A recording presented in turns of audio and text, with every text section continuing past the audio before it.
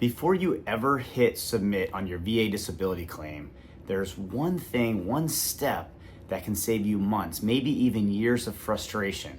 Most veterans skip it or forget it, and it's the reason that so many claims get denied.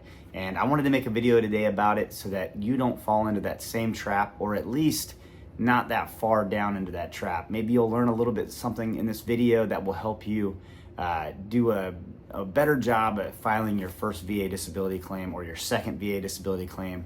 But before I jump into this key information, I want to talk about the problem that most vets face. But before I do that, please hit the subscribe button. It helps the channel grow and keeps me motivated to doing these videos. So the problem that most new veterans face is they simply don't have a clear understanding of what's in their service treatment records. They don't remember what they told the doctor, during their physicals while they were in the military. Some of us have been out for 10 or more years, but even being out a couple of years, you may not remember some of the, pains or things that you complained about to the doctor while you're in the military. And those should be in your service treatment records. So it's very important that you know that they're in there. And once veterans do go into their service treatment records and they find those things, they don't know how to connect those issues to their current problems that they're facing or current diagnoses. And many just simply file it without really understanding that, that key piece, which is service connection. And sure, the VA will they'll say they'll try to help you, and like for the most part, they'll send you to C&P exams to help you, but they're not going to simply put it all together for you.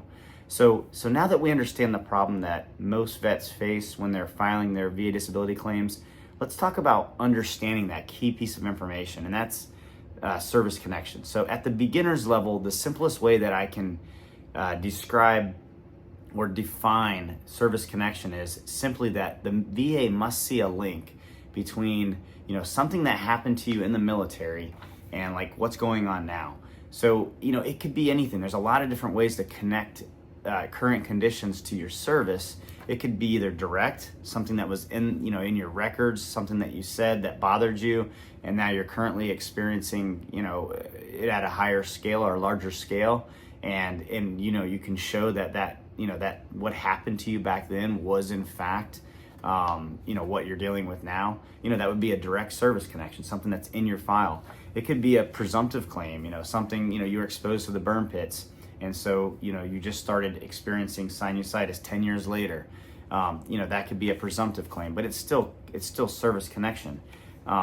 Or it could be a secondary condition, something that the VA you earned when you got out of the military, and they gave you a rating for something, and now that something is causing something else, something like knee pain causing back pain or something like that. So it's very important that the veteran knows the process just as well or almost as well as the VA rater, but it's more important that the veteran know how their conditions are connected to service, and that's the most important thing to do when you're filing a VA disability claim, because if you don't know it and it's not in your personal statement or you're not articulating it, you're probably going to get your disability claim denied. And if you're new to doing this, the process can take almost sometimes a year to get everything ready, and then when you submit it, it could take months before you even get your C&P exam scheduled, and then it could take months before someone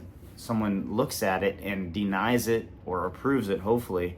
But if you didn't do all these things first and understand service connection, like I'm going to explain to you in the rest of the video, then you could be, you could essentially be waiting years to get this thing done. It's not a quick process, and it's so much better if you just take the time to hear what I'm saying and think about your claim and map it out.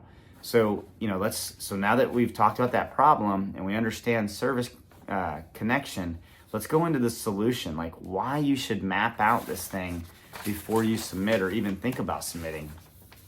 If you map it out, you'll understand it more. And if you don't, filing blindly will simply just lead to that incomplete claim. And whether it's, you got a good claim and you're right, if you don't have all the information in there, you're going to end up going to more C&P exams and just longer delays. And I don't want that to happen to you, at least not as much as it could if you didn't know this.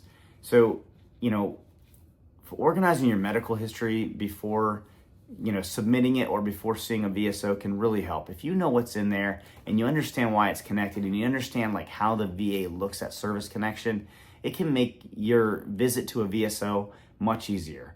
I think sometimes, vets do things that I did and, early on in my stages of doing this, I called a VSO and I asked them, how do I do this? Like, how do I connect things? And I didn't really know what I was looking for and I didn't know what I was asking. And because of that, I didn't even get an appointment with the VSO. They're so busy, and some of them are, maybe not as inclined to help, and so I had that problem. I eventually did find a VSO that was helpful, although it was very easy to have the conversation with her because I already knew what I was doing and I kind of understood my path, and it was simple. And I think that you doing that, it could give you the confidence to really know that when you submit that claim that what you're doing is it's all correct, it's all in there, and B, you have that confidence that is going to enable you to not be so stressed out. So how do we do this the smart way? How do we, we know what the problem is, we know that we know what service connection is, we know we got to have it, we know we got to put a little bit of elbow grease into this, but how do we do this the smart way? Well, this is how I think you should do it. I think that you should go through your service treatment record first. You should get a copy of it. Maybe you have a copy of it. And just go through everything and tab out, like in a notebook, everything that you complained about while you were in the military. If you complained about your knee aching after a run and you actually went to sick call, which I understand most of us didn't, but maybe during a physical, the doctor asked you to tell him what was hurting lately. And maybe you mentioned it. I don't know. Maybe you were having really bad sinusitis or maybe, whatever it is, whatever the complaints are, I want you to write them down in a notebook. From there, you can kind of see, you can match them up with things that maybe you currently have going on in your life. Maybe do you currently still have those symptoms?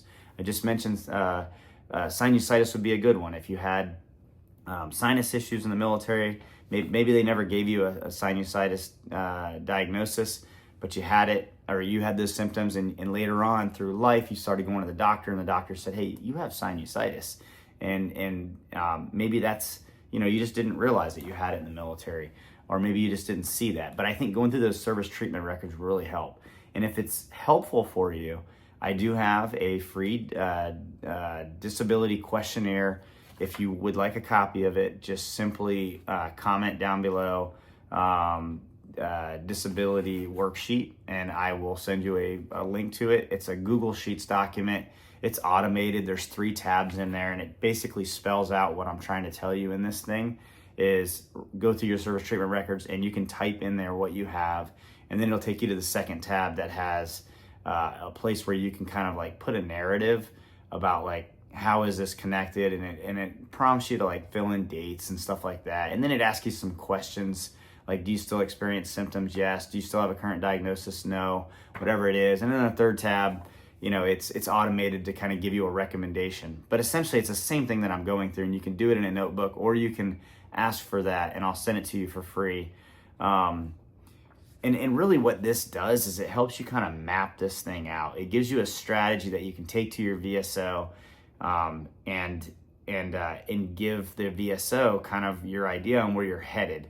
And if you give the VSO an idea on where you're headed, I think you'll be more successful in getting help from your VSO. Or you can simply just apply it by yourself, but you'll have a roadmap there. The other thing I wanted to say is I did make another video on this early on. I think it was one of the first videos I posted. I'll link to it at the end of this, but it's essentially it's a VA disability claim strategy, and it goes in depth into what I'm talking about today. I'll link to that, but this is really how you do it. This is how you get away with putting a claim through, spending more time on the front end versus probably 3 or 4 times the amount of time when you get it back and it's denied and you got to go back and try and figure it all out. This is a good way to know what you need to know before you submit, and then get it submitted so that you can get that rating that you deserve without a lot of heartache, without a lot of stress, or with a little bit of stress. You're still gonna have some stress. So listen, I wish you the best of luck in this. Service connection is key. Understanding how yours is service connected is critical. So please do that. If you want that questionnaire, just type in disability worksheet down below and I'll get that out to you. And check out the strategy video that I just discussed.